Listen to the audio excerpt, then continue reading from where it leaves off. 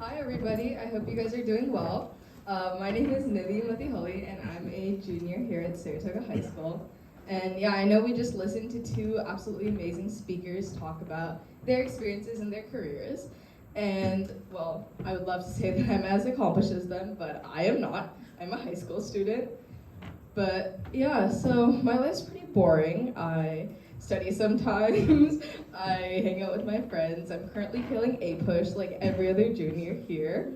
But over the past few years, one thing that's kind of become my passion is the idea of product creation. So today I wanted to talk to you guys about how I have taken my products from an idea and actually created them, and how you too can utilize your tools as a high school student in order to implement your vision. So I just wanted to start this off by telling you guys a little bit about myself.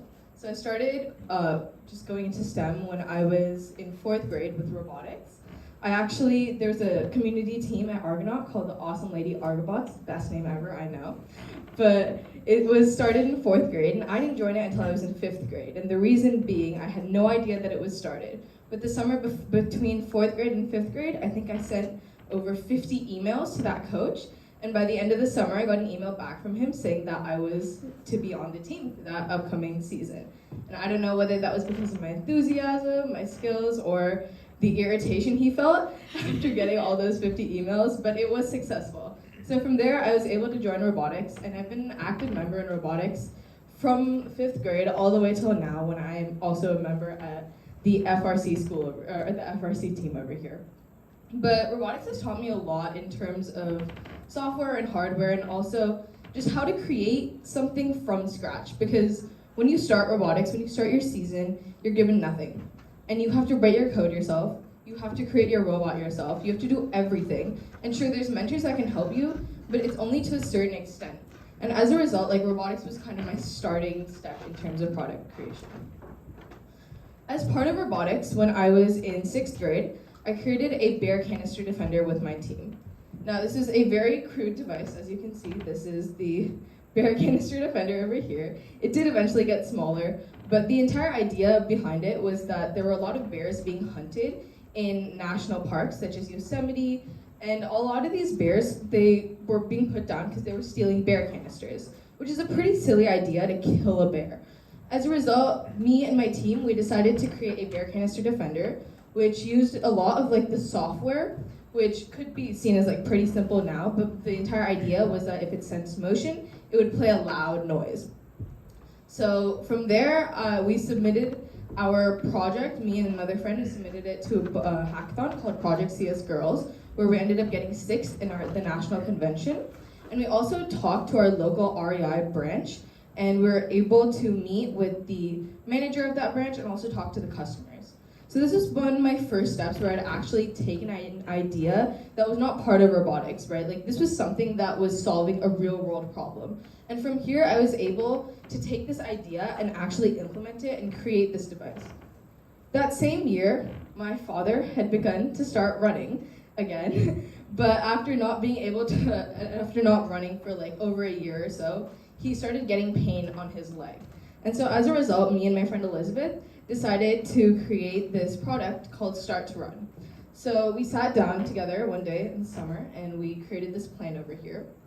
And it was pretty crude, but the entire idea was that we use a stretch sensor and put it on like your calf or something.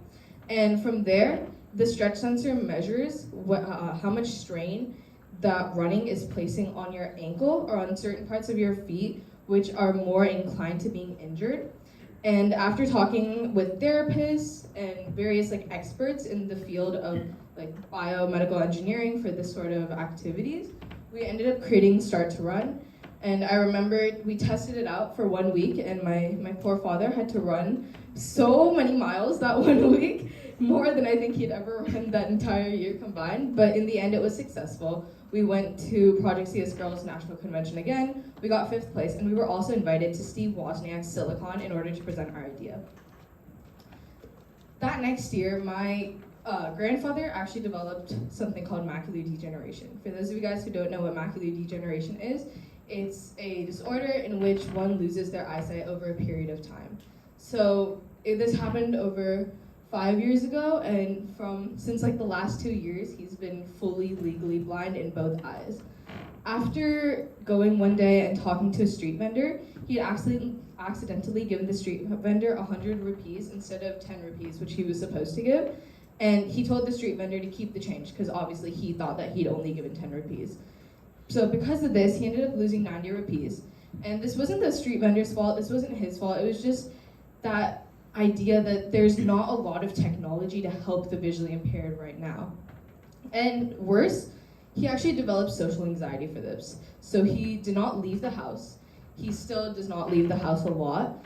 And this really decreased his confidence in himself and his abilities. And as a result, I wanted to talk to him and see if there's anything that I can do to help. And he told me that financial independence would be like a huge step to actually being able to become more independent and more confident in himself. And after digging more into this idea or like this problem that's very, very evident, I realized that there's over 225 million people in the world who are visually impaired. Just think about that number for a second. 225 million people. We don't even have 1,000 people here at our school, but 225 million people in the world are partially blind, and there's no technology to help them. Of the technology that is there, there's a lack of affordability for these devices in third world countries, and over 1/10 of those who are visually impaired live in third world countries. As a result, they are forced to resort to archaic methods such as Braille. However, Braille is not universal, and many products, as a result, are unsuited for the visually impaired. Therefore, my mission was to enable independence for the visually impaired through advanced technology-based tools. I started by doing some background research and discovered that the tools right now in the market are one, extremely expensive and extremely inaccessible. For example, two devices that we have right now are the iBill, which is this over here, and this costs over $200. $200 is around 15,000 rupees, and just to give you some perspective, an average rural household income in India is around $6,500. So this is around 2 months worth of income, which is not something that a family can spend on like a single device with a single purpose. Moreover, smartphones cost over $1,000, and a lot of the smartphones are also inaccessible and can't be used for those who are visually impaired because they're small screens. So a lot of times those who are visually impaired, like my grandfather, end up using flip phones because you can more easily like be able to call people because of the buttons on the flip phones. So because of this, I realized that there's actually not a lot that helps the visually impaired become more financially independent, and I decided that my solution would be able to put together like materials that you can get online for cheap, but are still very effective, and use open source AI models in order to create a money reader device. So as I said before, that was my solution, and so next I had to come up with a plan. My first step was to create a machine learning model. And I created this using Keras and TensorFlow libraries, and eventually used a bunch of other machine learning algorithms to improve it, and ended up using transfer learning, which is what I currently have right now in my final product. And right now it is around, it says 5%, but it should actually say 95% accurate in identifying $1, $5, and $10 and $20 denominations, as well as all the different kinds of rupees. And it takes only around 5 seconds to identify. Another thing is that it works without the use of public Wi-Fi, which is very hard these days, especially because a lot of machine learning uses this API called Google Vision API. And it's great, it's a great API. The only problem is that it requires the use of public Wi-Fi. In places like India, public Wi-Fi is not guaranteed, and moreover, it costs around $30 per day per user, which would heavily jack up these prices. So now that I've told you about this device, I just wanted to give a quick summary of how it works. So this is a 2-part device. As you can see, this is the Raspberry Pi camera over here, and this is the ESP32 camera, which goes around the user in terms of a lanyard or such. So the user will carry around both of these devices, and then once they turn the Raspberry Pi on, the Raspberry Pi has pre-built Wi-Fi, which will turn on as well. The ESP32 then connects to that Wi-Fi and is able to capture a series of images. These images are then detected, and they are identified using the pre-built machine learning model. From there, the Raspberry Pi will tell the user the denomination through headphones. Currently, we're reaching out to over 60 blind schools in India and trying to work with them in order to ship these devices there. We have also reached out to the Sri Ramana Maharishi Academy for the Blind, which is my original inspiration. And we are working with them in order to get more devices. We've already shipped 2, and we're trying to ship more as soon as possible. So after I created this device, I realized that identifying currency, sure, it's one application, but there's so many other applications that are out there, and there's so many other applications that have not been looked into yet. And as a result, I created a nonprofit called Helping Vision. At Helping Vision, our aim is to increase the confidence of the visually impaired through providing them with AI-assisted technology. We've also started another project in which we are trying to identify price tag numbers, and we are currently working on a product that will identify like bus numbers, street numbers, etc., in order to better help the visually impaired navigate through their daily life. One of my biggest inspirations behind creating Helping Vision was my 1.5 month long volunteer stay at the Sri Ramana Maharishi for the Blind. One of the biggest things I realized through the creation of this project was that, sure, if you're across the world looking out for these people, creating these projects, that's a great thing. But it's a different story when you're right there in front of them and they're telling you what they need and they're showing you how they go about their daily lives and their daily struggles. After spending so much time with them, I still know some of their names. For example, this girl over here, her name is Parvati. I think this one over here, his name is Rishabh. But after spending time with all these students, I was able to see that this is a huge problem. This isn't something that we see on TV, and this isn't something that we should say, oh, this is sad, but there's nothing that we can do about it. Sure, we might be high schoolers, but we should still be able to help these people. And that was the biggest inspiration behind creating Helping Vision. Currently, as you can see, we've achieved a lot so far and are working on productization in the future. We're reaching out to mass manufacturers, such as Qualcomm, and are also working with the UCSF's Maker Affairs Director, Scott Dupro, in order to better manufacture and mass manufacture this product.